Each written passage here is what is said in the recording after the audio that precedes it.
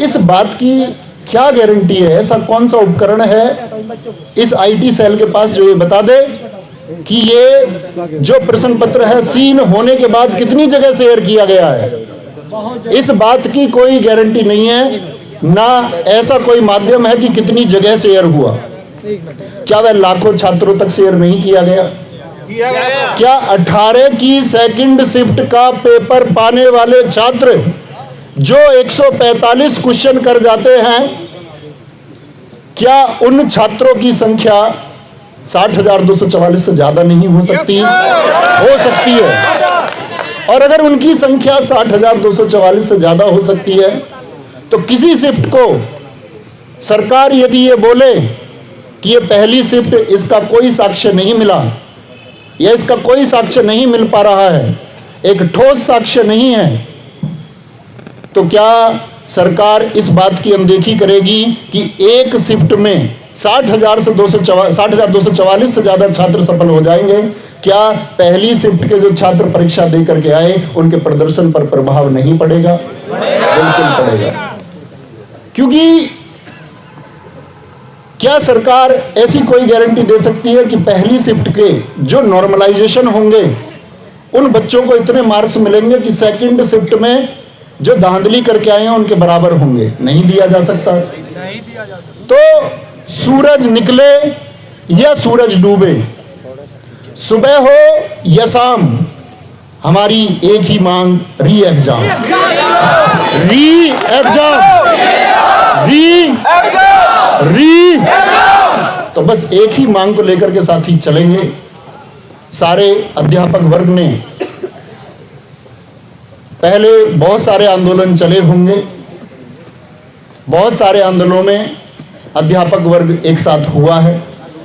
इस बार भी आप देख पा रहे हैं, इस शायद बहुत सारी चीजें गोपनीय होती है, आप सब लोग एक राय बनाते हैं उस गोपनीयता को लेकर के जिसके बारे में आपको कोई वास्तविकता नहीं होती, लेकिन आपकी उस राय का स्वागत है क्योंकि आपका एक दुख है, आपका एक दर्द है, और एक दुख और दर्द के लिए छात्र एक नेतृत्व चाहता है। और इस पूरे अध्यापक वर्ग का मैं फिर से आभार करूंगा विवेक सर का, उन्होंने अपनी जान जोखिम में रख के इस मांग को आपके लिए उठाया है।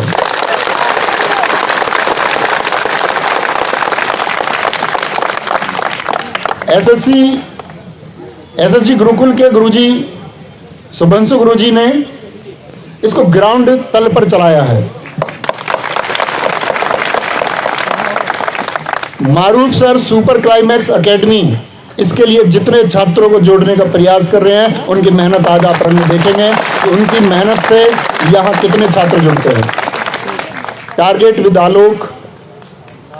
और अगर मैं बात करूं, ऐसे ना जाने कितने अध्यापक होंगे, क्योंकि ऑनलाइन कोचिंग में पढ़ा देते हैं, एक संख्या आ जाती है, बच्चों के अंदर एक विश्वास, लोग जानते होंगे और गवर्नमेंट को, मीडिया को भी ये जानने का प्रयास करना चाहिए कि यूपी कांस्टेबल के अभ्यर्थी तो छोड़िए, ये पेपर मिठाई की तरह उन सबके पास भी पहुंचा है जिन्होंने यूपी पुलिस के लिए अप्लाई तक नहीं किया। मानते हैं इस बात को? ये पेपर हम पढ़ाने वाले अध्यापकों तक भी पहुंचा है और गांव देहात के एक अनपढ़ व्यक्ति तक भी ये पेपर पहुंचा है जिसका पेपर से कोई वास्ता नहीं है। तो ये मांग साथी या किसी भी प्रकार का लॉलीपॉप या किसी भी प्रकार का बहाना मेरे द्वारा, अन्य किसी के द्वारा, या कोई एक झूठा आश्वासन आपको बीच में, आपके इस संघर्ष के रास्ते के बीच में यदि दिया जाता है तो आप क्या उस लॉलीपॉप को स्वीकार करेंगे? हमको इसके लिए मांग तब तक बरकरार रखनी है जब तक एक ऑफिशियल स्टेटमेंट आपका भर्ती बोर्ड की साइट पर या गवर्नमेंट के द्वारा या किसी जो पीठासीन व्यक्ति है उनके द्वारा कोई स्टेटमेंट आए और एक आश्वासन दिया जाए कि हाँ, ये मानना पड़ेगा कि भर्ती में धांधली हुई है, और धांधली नहीं, ये अत्याचार हुआ है। एक छात्र जिसके सपने हैं, हर अध्यापक वर्ग जिसके सपने हैं, किसी भी अध्यापक का भविष्य भी और मैं उन सारे साथियों से भी आह्वान करूंगा जो यहाँ मौजूद नहीं है, साथी अध्यापक, हम सबका भविष्य इन बच्चों के भविष्य से सीधा प्रत्यक्ष रूप से जुड़ा होता है। बच्चे जितना ज़्यादा कामयाब होंगे, अध्यापक उतना ज़्यादा कामयाब होगा। बच्चे कामयाब नहीं होंगे, अध्यापक कामयाब नहीं होंगे। तो आप सब प्लीज इन बच्चों के जो आंसू हैं, जो इनका दर्द है, जो सपने इन्होंने देखे, कोई धनाढ्य व्यक्ति यूपी पुलिस कांस्टेबल में भर्ती होने का सपना नहीं देख सकता। सरकार जानती है, हर एक शिक्षित वर्ग का व्यक्ति जानता है कि ये सपना निम्न वर्ग के छात्रों और अधिकतर निम्न वर्ग के छात्रों और बमुश्किल मध्यम वर्ग के कुछ छात्रों के द्वारा ये सपना देखा गया कि हाँ, इस बार हम कुछ करके जाएंगे। 60,244 पद देख करके सबका बोलते ना हृदय एकदम से फल फूल गया।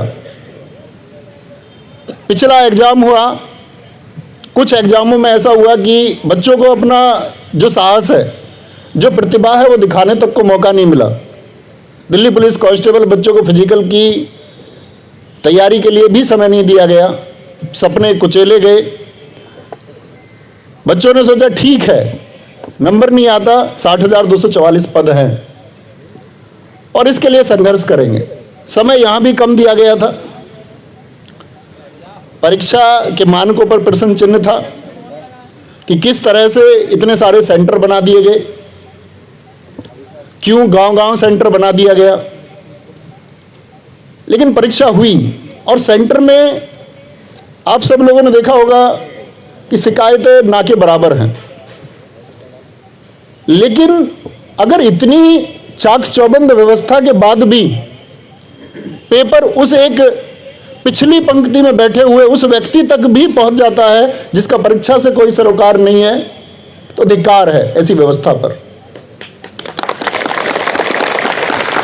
और साथ ही धिक्कार है ऐसी व्यवस्था पर जिस पर या जिसमें व्हाइट जैकेट पहने हुए आप सबने भी देखा होगा एक पत्रकार को, उसने कहा है कि जी, एक प्रश्न किया कि जिस ग्रुप में ये पेपर शेयर हुआ कितने लोगों ने उसको सीन किया। क्या ये मूर्खता से भरा सवाल नहीं है? क्या ये बीच में लगभग 2 से 3 फीट का एक रास्ता छोड़ दीजिए। सारे भाई, आप सब लोगों से हाथ जोड़कर रिक्वेस्ट है, बीच वाली पंक्ति छोड़ देंगे और सब लोग एक दूसरे के सिर से सिर मिला के बैठेंगे। देखो भाई, ऐसा नहीं है कि आप लोगों को आज ही बैठना है, ऐसा नहीं हो सकता कि आपको तो आपकी कोई प्रेजेंस जाएगी, उसका कोई अर्थ नहीं है। क्योंकि सब लोगों की एक ही डिमांड है कि परीक्षा फिर से होनी चाहिए। और परीक्षा फिर से क्यों होनी चाहिए?